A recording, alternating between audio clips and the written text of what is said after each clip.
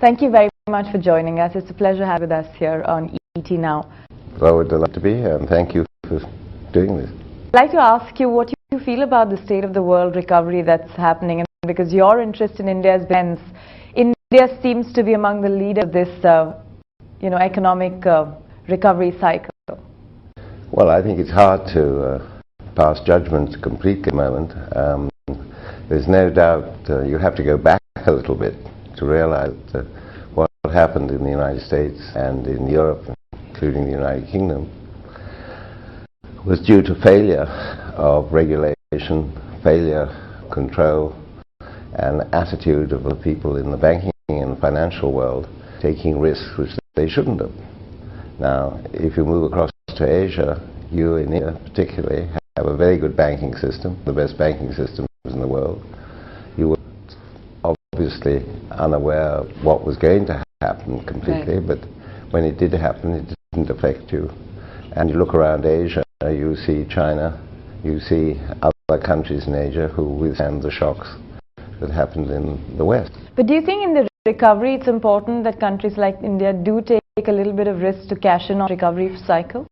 Well, it depends what you mean take a risk. I think the answer is that you should stick to what you know best, and as banks you should only lend when you know what you're lending to and how you're lending.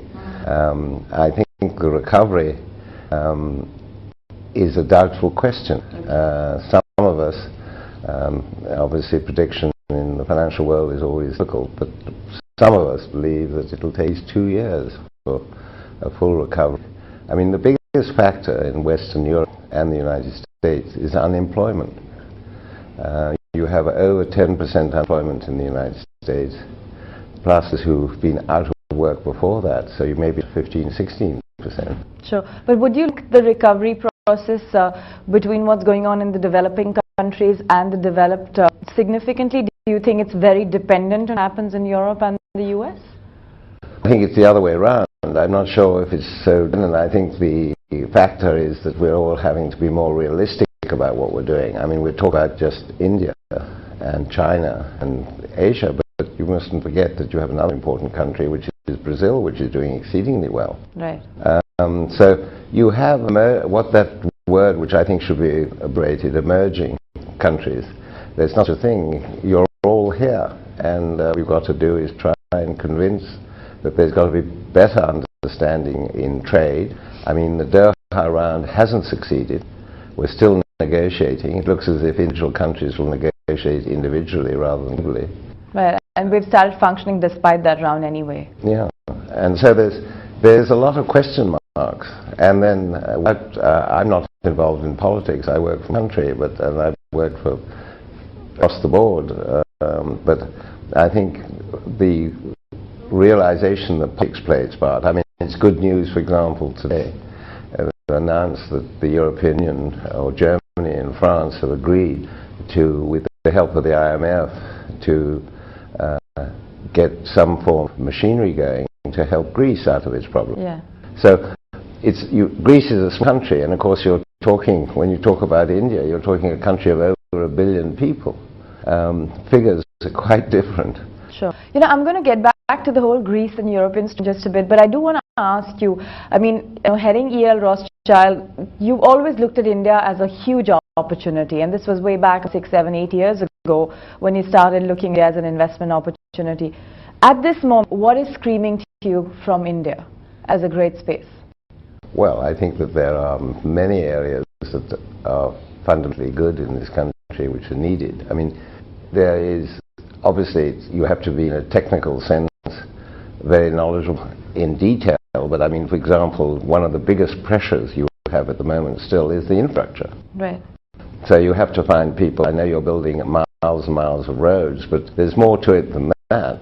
Yes, 20 kilometers a day is the target. Yeah. And then you have to develop all the telecommunications go with it. You have, I don't know if you know, but we're going down to see our villages that we're looking after for over 12 years. Now, they don't have proper water supply. And how much of India is lacking in water supply? So you have what I call fundamental needs. Now, and you were talking about infrastructure. Is that the only sector that interests you at the moment? No, that doesn't interest me. I'm saying that's the big challenge. Okay.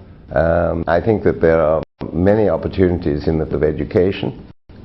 There's a string of universities. You're allowing foreign universities to set up here. Yeah. I'm very involved with Cambridge, England, not Cambridge, Mass.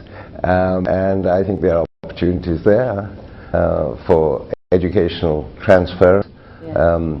We arranged a fund under the Prime Minister's name last time we were here for Indian students to go to Cambridge. Let's talk about the Indian economy from a growth perspective. Now the challenge here, you were sort of praising the banking system, but the challenge here is that every time there is this first signal of growth, better economic recovery, there's this huge signal that we're going to have high food prices, which is a crisis that we can live with. Do you think that this is something, as a banker, do you think that this is something we'll have to sort of continue to brace up for, because we have to be a high growth economy? I mean, you've hit on a huge area of importance, which is the farming area, the agricultural area, which is still very backward in the sense of having freezers, having opportunities. You still, something like nearly 40% of your agricultural produce is wasted. We're fortunate living in Delhi, probably on the whole it's expensive, obviously Delhi compared to in some of the other parts of the country, but basically you still got to get the opportunity for the farmer to have his product available, looked after once it's produced. And that is going to be a challenge. And that would reduce costs. India used to be one of the biggest agricultural countries in the world many years ago. Today it isn't.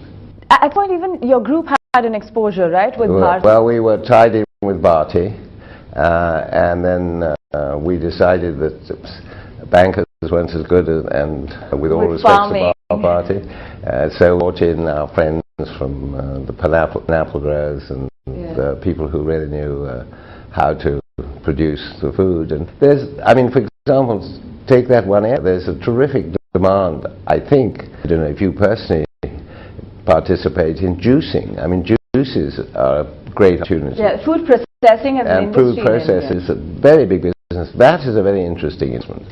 And there are quite a lot of companies looking at it. And in parts down in the south, in Hyderabad and around Bangalore. And so I think that that is one area which will proceed.